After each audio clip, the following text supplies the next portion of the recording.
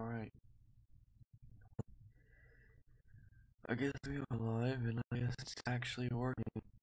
And let's hope today is working. Yeah. So keep that up.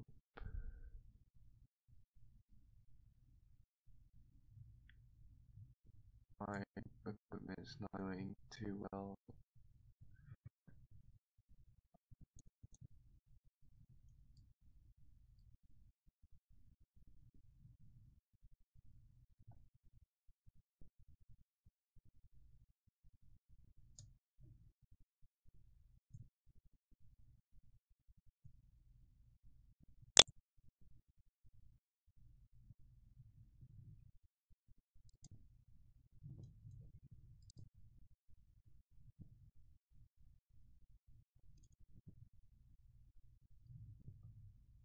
I want to see if everything's doing okay now. I just want to see if I have everything right now.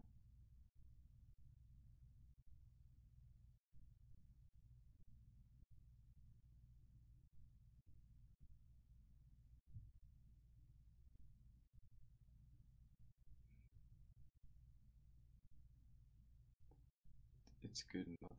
It's good enough. Yeah, that's as good as it's gonna be. So, well, tonight we're doing a creepy pasta, and I thought it wasn't too great, but it was kind of creepy. That would just do one try out. Do not fucking hate me if I'm terrible. This is my first time doing it. It's really late, and I'm tired. I would try and do my best. I actually kind of want to go to sleep and do this right now, but kind of just do this and see how it goes. So, let's get started. When I was 11, my friend introduced me to a game I will never forget. Sorry. Mario let us borrow their book to read up on the rules. Throughout the week, I was the first to have it.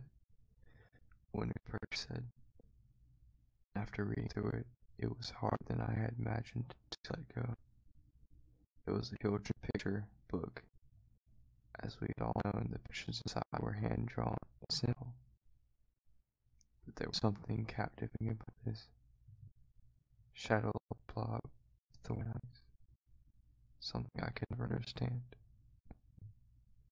My shadow likes to play. The first page was on the introduction, like any other, written in similar, curling font. The same picture as the one the cover stared back at me, except along with it, there was also a drawing of a sleeping girl, a girl who looked a lot like Mark. I began to wonder if her parents had made the book for her as some kind of sick gift. Lazy night, shines in the day. It was a picture of a little Mark girl playing in the daylight, a passive shadow just like anyone else attached to their feet.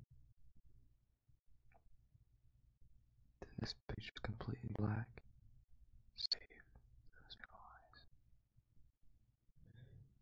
eyes. My shadow never goes away. I watched the little Mark girl lying on the ground in the grass. There were other children on the grass too, sorry. Drawn as little color blobs.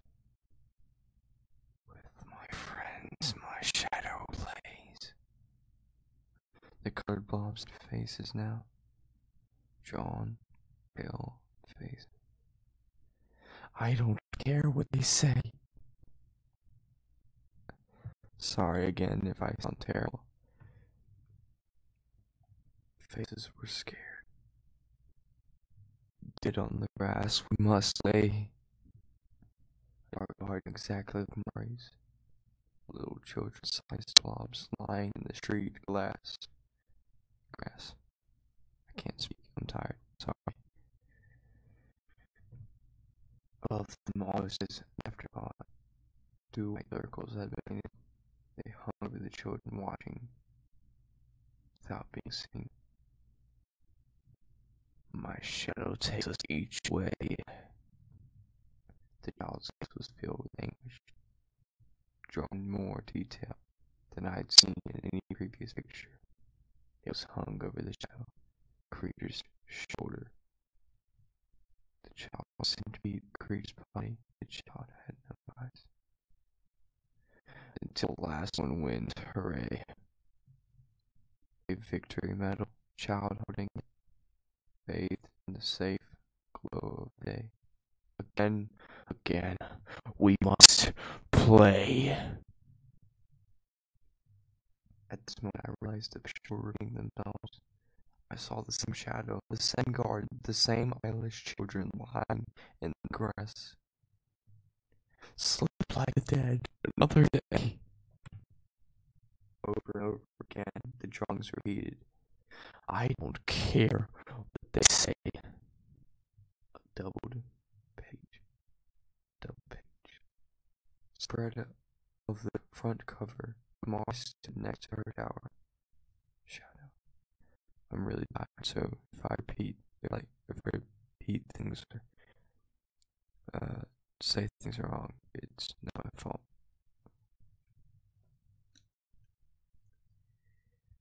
Mari stood next to her shadow. She was grinning.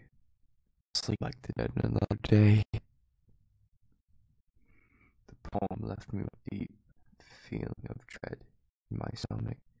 The pictures continued to repeat themselves along the words, burned deep and dense into my brain until finally I came across the final few pictures. A red candle burning on a silver plate. I tie and bind, I tie and bind, I tie and bind, I tie and bind. 3 figures, Mari holding the hand of 2 faceless elves. The last page, blank. And yet I still felt as though those eyes were watching me from somewhere behind the page. I gave the book to Jasmine over the weekend. Jasmine gave it to Kia on Monday. Alex read it, and then together we sat down with Harry and forced him to read it. None of us liked it, but we were being driven by a force that none of us knew or recognized. We were kids, we were young and impressionable. Our best friend was a witch. We played the game again the same day and time the next week. Mari asked me into the kitchen just like before. I helped her set up. The kitchen was in the same state as week prior, and our 2 cats watched us with mild interest from the dining chairs. Mari said her parents were out getting supplies again. Something about their trip being pushed back and now needed to get more things to repair. I wondered whether they were planning some kind of camping trip. My gut twisted at the thought of any arcade. We played the game for months. Mari's shadow would take us and drag us away. It would be terrifying every time. The more we played it, the better we got, but never deterred the shadow. It seemed more adamant than ever to trust him. I didn't win every time. The shadow would dig its claws into my leg and force a scream of me, or it would suck all the heat from the lungs. I spasmed on the floor. When that happened, yelling and then mouthing began. The deeply unsettling roars of the creature would warp the very atmosphere around me, and I could feel the great and heavy presence descend upon me. I could feel it like a large, demented figure. The creature had arms that were wide, wet, and cold. They felt like wet fur. It stunk as well. Old meat and fish carried us differently each time. I found myself turned over a shoulder light and taken to the massive bedroom. Another time, I don't even remember the journey. I only know I came to in a wardrobe with a coat sleeve wrapped around my neck. It was always in the balcony of the house. Though, even if that meant being left in a fetal, whirring ball by the front gate, the shadow was rough with us. Going home with carpet burns and red lines across our ankles and legs. It never cut us, but that didn't mean the welts were painless. I found myself hiding in these energies from my parents, trying to explain away the ones they noticed as accidents in school. I know that they were worried, but rough housing happened, and I remained adamant that I wasn't being bullied. Looking back as an adult, I know that this was more bullying. This was manipulation to the highest degree. Of course, what could we have done? The creature's shadow wasn't within the realms of possible. We couldn't call a teacher or call the police. All we had was our small group, and the leader we knew, the only leader we knew to follow, was Mari. Mari seemed to get less and less stable. The long trip was postponed. Sometimes when she took me to the kitchen to prepare, she'd lose herself. She nearly set fire to the table one night, and I had to encourage her to let me finish. I caught her talking to herself, muttering things more than usual, which she became less bright, less intense. After all this time, we still never saw her parents, never saw any signs of life in the house, other than the games played at night, once every week. Mari did nothing in the middle class one day and got sent out to cool down. The teacher went out to talk to her and she came back, tight-lipped and pale-faced. She didn't speak, continuing for the rest of the day. Later that same week, she really did ask if she could copy a homework assignment for me. It wasn't long after that Harry appeared on the doorstep, looking pale and incredibly sleep-deprived. We all felt that way. The shadow took its toll on all of us, but Harry walked to school with me that morning anyway. My parents didn't worry about him. They thought he was sick. I think a deep part of us, all of us, have been sick. The moment we let that shadow into our lives. Halfway to school, Harry snapped. "We need to see it," Harry said. "I don't care if we get disqualified from the game. Actually, I'd like that. I need to see this fucking thing." Swearing was still a taboo in my mind, and I flinched at the use of it. Harry could be quite outspoken. He'd had several interventions with the teachers about it, but he only swore when he was being passionate about something. I couldn't help but agree with his logic. "You don't know what it is," I said carefully. "What if you don't like what you see?" "Then I'll never have to see it again," Harry snorted. "Don't you see this is our way out?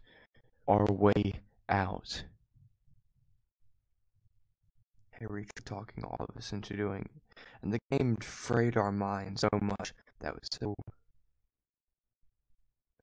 We were each just crazy enough to consider. "What about Mark?" he asked. "She wants us to play." "Screw Mari," Harry sneered. "She's been using us all this time. Haven't you seen her anyway?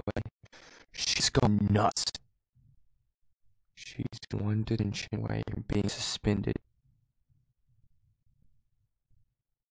Harry threw his arms up. "Why are we following her still?" "She's a witch," Jen said bitterly. Alice winced. "We don't know that." "I don't know what it is," I said, "but I think it makes her pretty fucking close to a witch." Harry's expression was grim. I'm doing it. This week I'm opening my eyes. Whether or not we agreed with Harry, we could understand what he meant. We were scared of the shadow. Mar had said it herself. If we looked at the shadow, they'd be banned from the game. If we couldn't play the game, then maybe Mari wouldn't see any use for us. Maybe we could just leave her. Find some other kids to play a sick little game with. Mari brought us home that week. I sat in the living room with everyone else until Mari was ready for me. This time, however, Alex took my hand. "Are you gonna do it?" he asked. "Not sure," I told him honestly. "Me either," he muttered.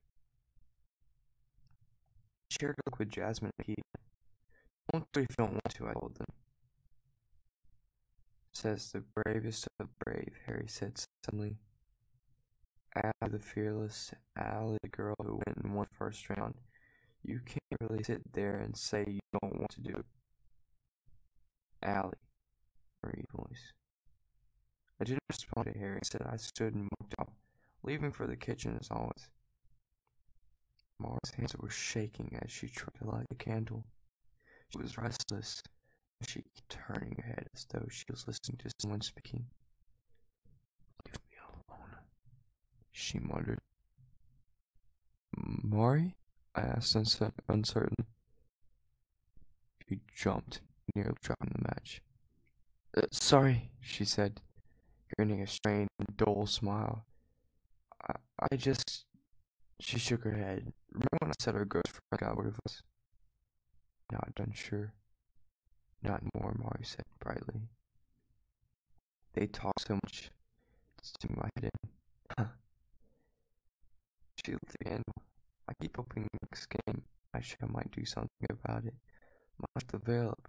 My shadows to us, you know. It'll put light out. I know it will. One day." She wasn't making sense, but there's nothing I could say. I was scared of her. I always scared of her. Right from our first meeting. I helped her light the candles and went out to the garden together. Dancing to the music was always the best for the evening, no matter how terrifying the shadow was. As soon as Mom started music, we fell into a trance-like sleep. Nothing could bother us. We danced, uninhibited, wild. I still miss that feeling, no matter what else happened. Dancing to that music was the most intent I've ever been. When the music stopped, our bodies turned and we fell to the ground like pups without a master. I kept my hands by my face like usual, closed my eyes, and waited for the shadow. It was always slow, but it didn't wait around like our first game. Now the shadow let loose the second the music stopped. It stepped in the garden, grass rustling around whatever appendages it had. I like to imagine what it looked like sometimes. The images that came were always grotesque and distorted. Nothing like the bodiless image in Mari's book.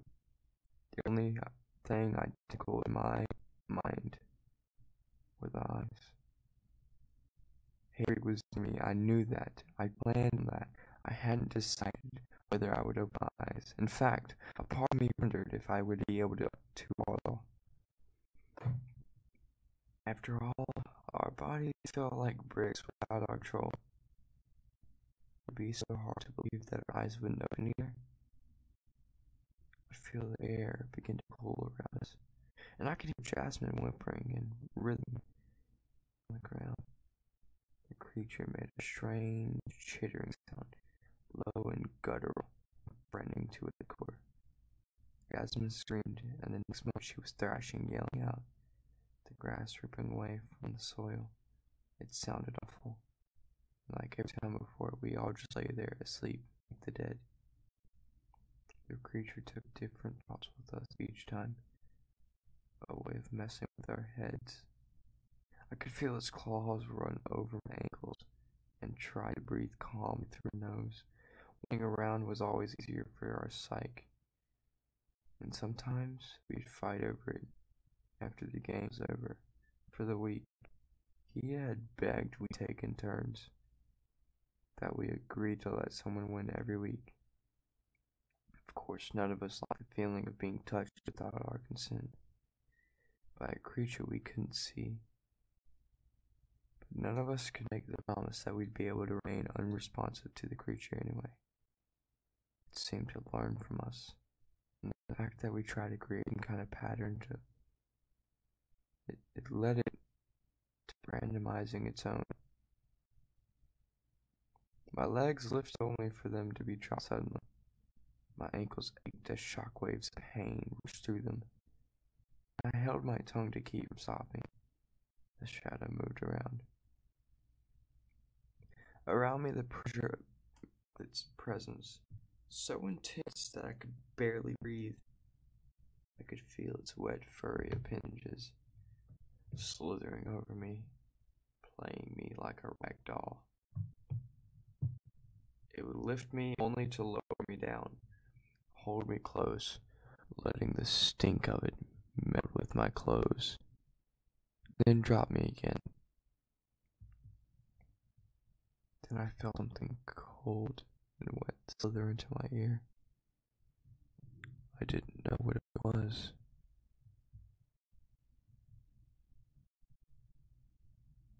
I didn't want to know what it was. Didn't want to think about it. Not for a second. Clenched my jaw so hard it burned. Finally, the shadow let me go. Gone, Harry. I heard the rustle of grass, imagined in my head where Harry would be lying. I left that to the movement I could hear. Together created image in my head. The creature moved over. Harry chirps, deep bass groans dripping from its maw. Harry did make a sound, and I wondered whether he might not go through with it. The creature went on teasing back and forth between Kia and Alex, Harry and me. I tried back listening for Harry's breathing, wondering what happened next. Then I heard a sound, a wet smack of flesh against fur.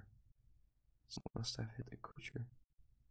I kept my eyes closed, but fingers sank in hard and fast to the soil as the shadow let out a terrible howl, a sound that would surely be a wallpaper. It staggered, thousands whispered shooting from its body. I tracked its footfalls. The way the grass rustled, I heard another wet sack, following by another howl. Then there was a scream, a horrible, high-pitched, incredibly human scream. Someone choked, and then someone yelled, "I see you!"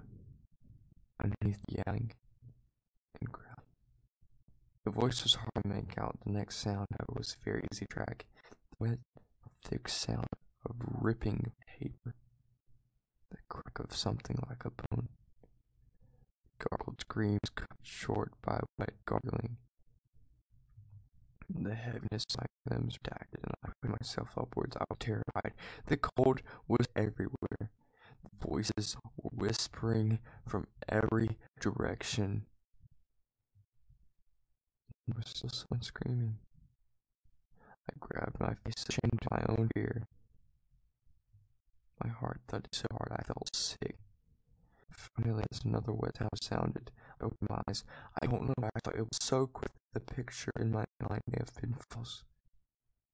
In a short moment, I'd see the creature was black, more than black. It was so dark that it was darker than the night itself. It wasn't a creature more, a shape that sucked light right out of it. Very literal, mocking shadow. But the edges were serrated by tufts of fur. Its long arms stretched down to the grass, dragging by its feet like some kind of ape. The creature was large, taller than 7 feet. Surely, I didn't want to see a face, though its face. I didn't even see the face. Its face was a void. The one of its wet hinges struck me, and my whole body was ripped through the grass. I trembled so fast the world whirled around me. I remember feeling the pain as my body collapsed to the wall of the house. I remember my shoulder taking the brunt of it. Another slap saw Kia skidding by his side. I looked out to the garden, but the dark shape was gone, and my arm was blinding. Somewhere near me, I could hear drum beats ring through the night, and little voices chanting song lyrics. I felt a hand grip my shoulder and looked up upon Terra to see Mar gleaming brightly.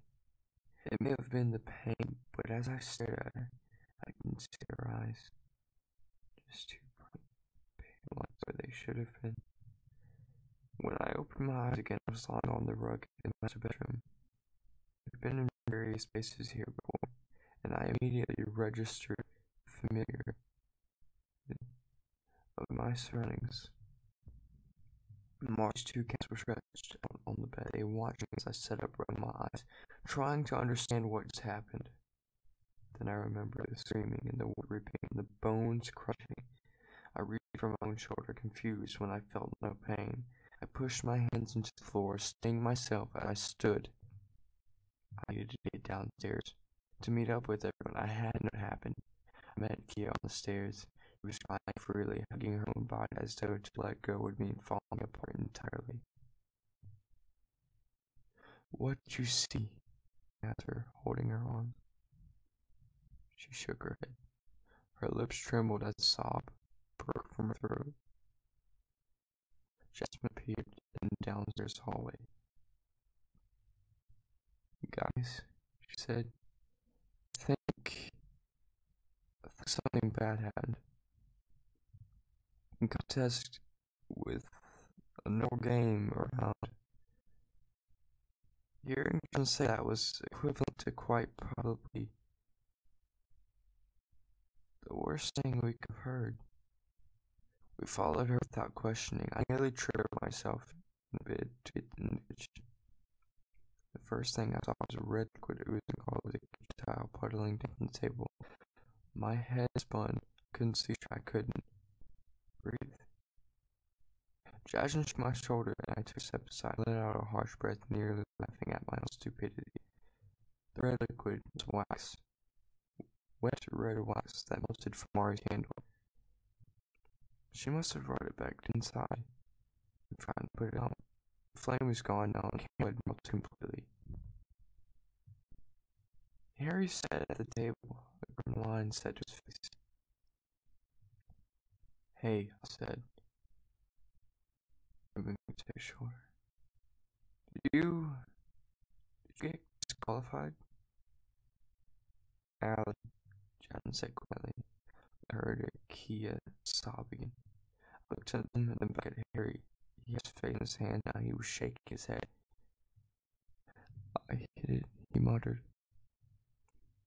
"Proper hard. Just went for it." He shook his head. I didn't open my eyes. I was so scared and I just couldn't open my eyes. He was shaking. "You're lying," I said. "You hit it. You yelled it, didn't you?" My stomach was sinking already. "You hit it. You saw it. I thought I saw it too. But it wasn't looking at me. It was looking at..."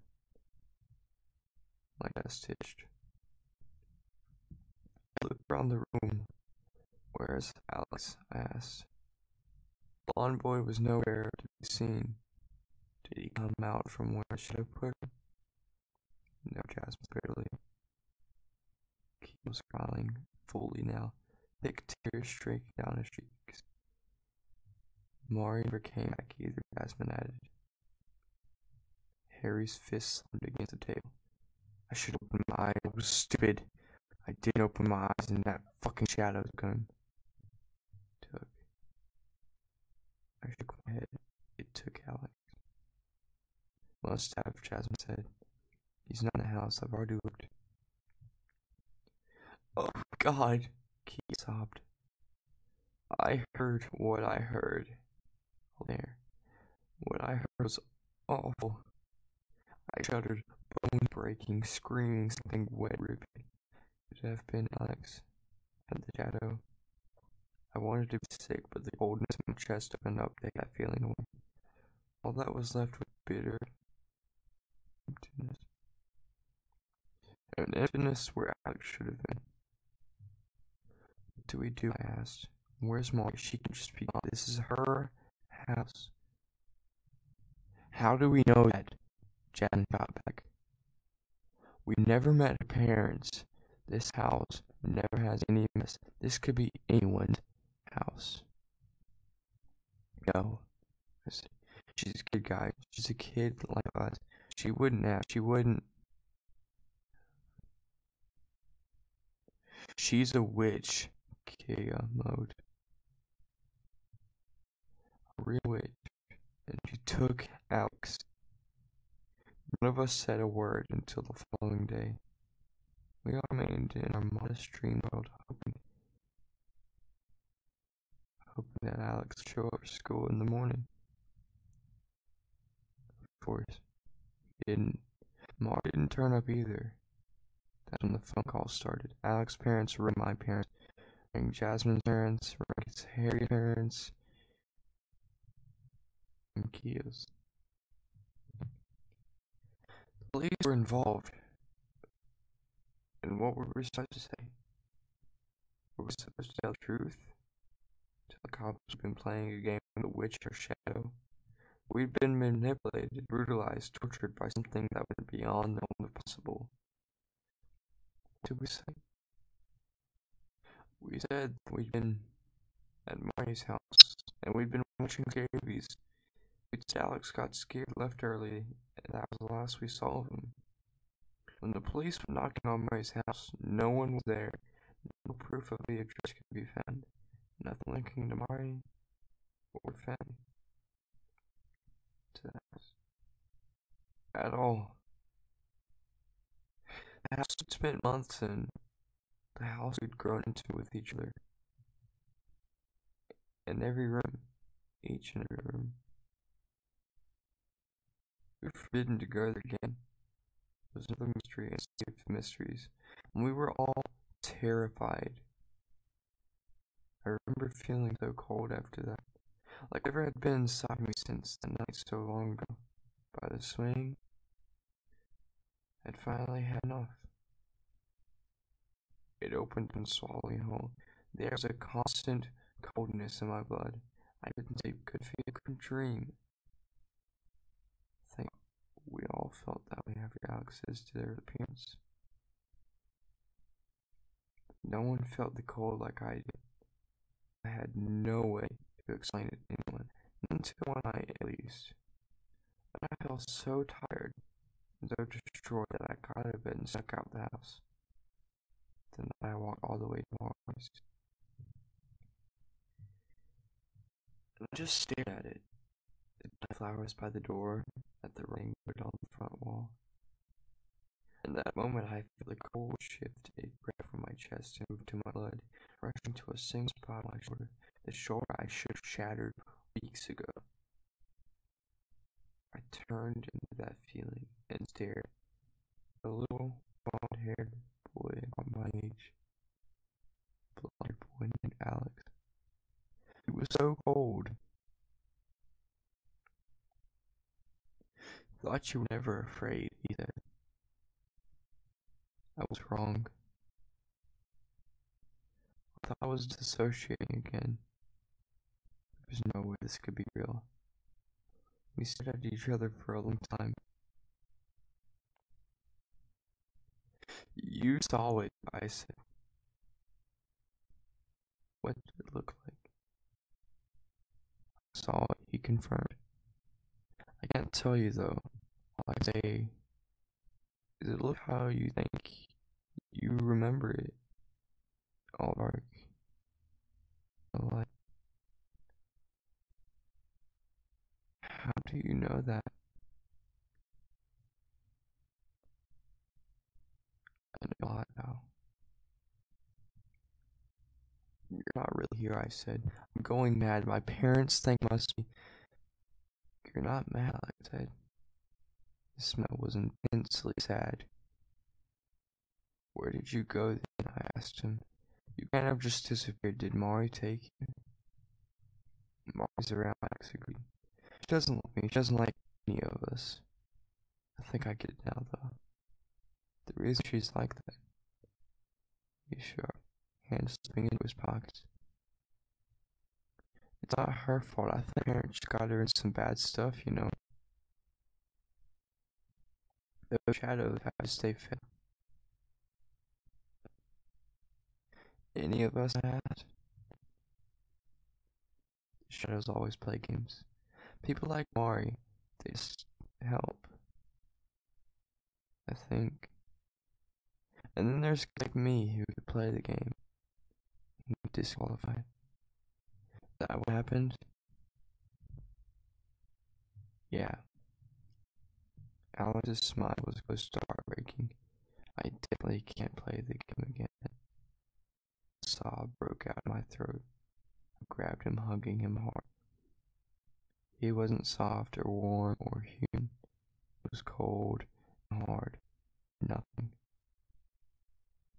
She did this to you, I muttered. I'll kill her.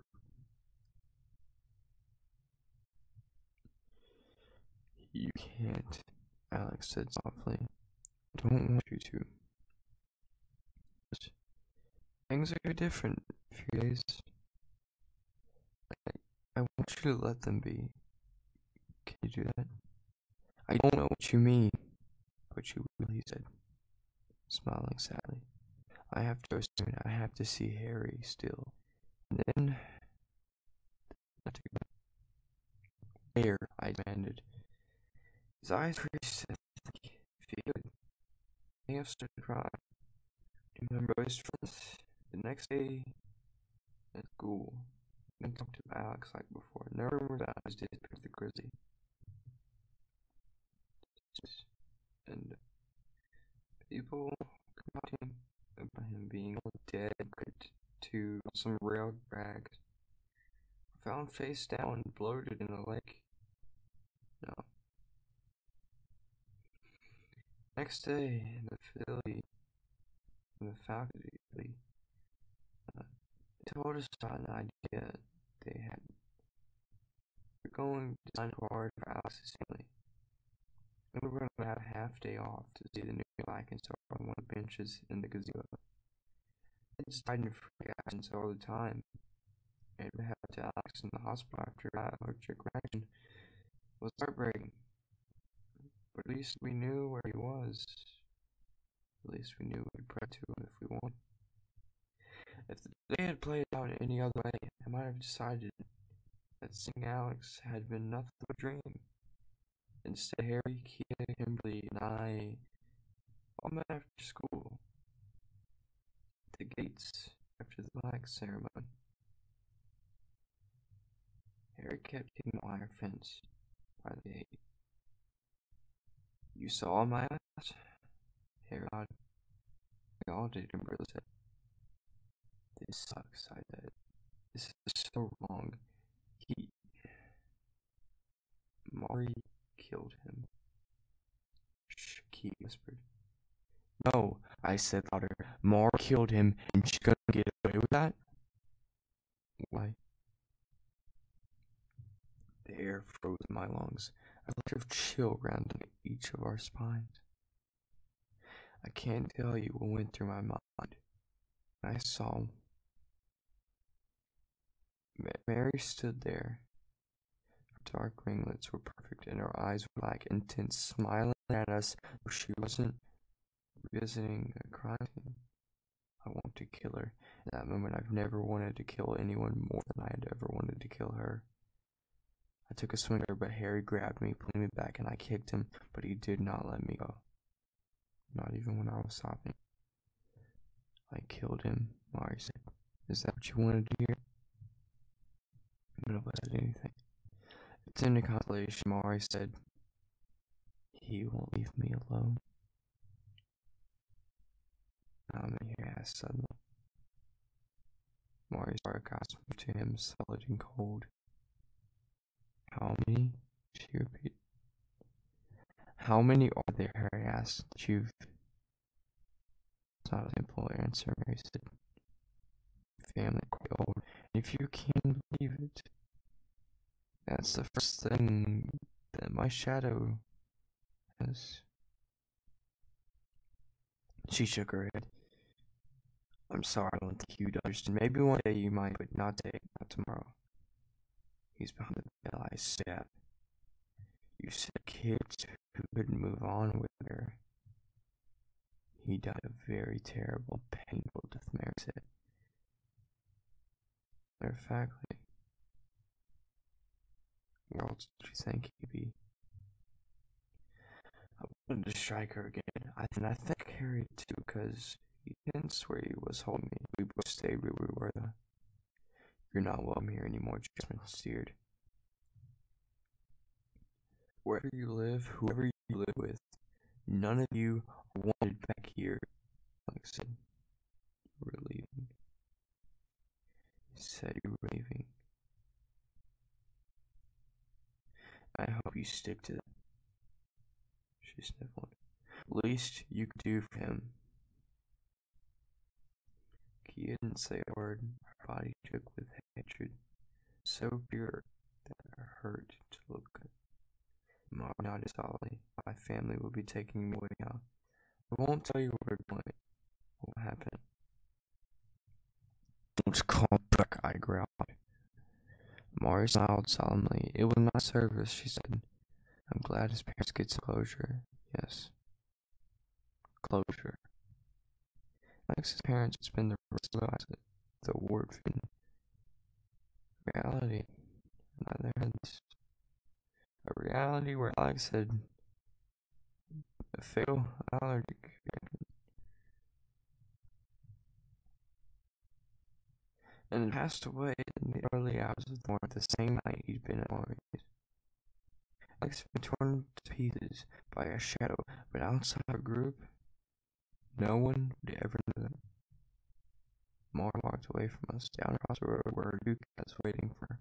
I don't remember seeing them go any further than that, but they were gone by the time we had blinked. Just like that. I sometimes wonder if Mari will ever come back. More than 15 years down the line, I wonder if she's the same little girl that met on the playground. It's impossible to know what she was. Aside from what she told us, she was a witch with a shadow, and after months of postponing, she finally got to go on a trip with her family. 15 years. No one outside of the four of us knew what really happened to Alex.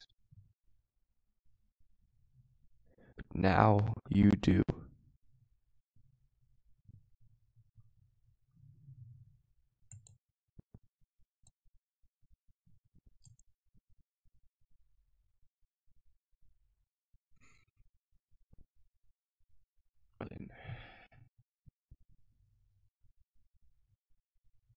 I speak a little bit of that.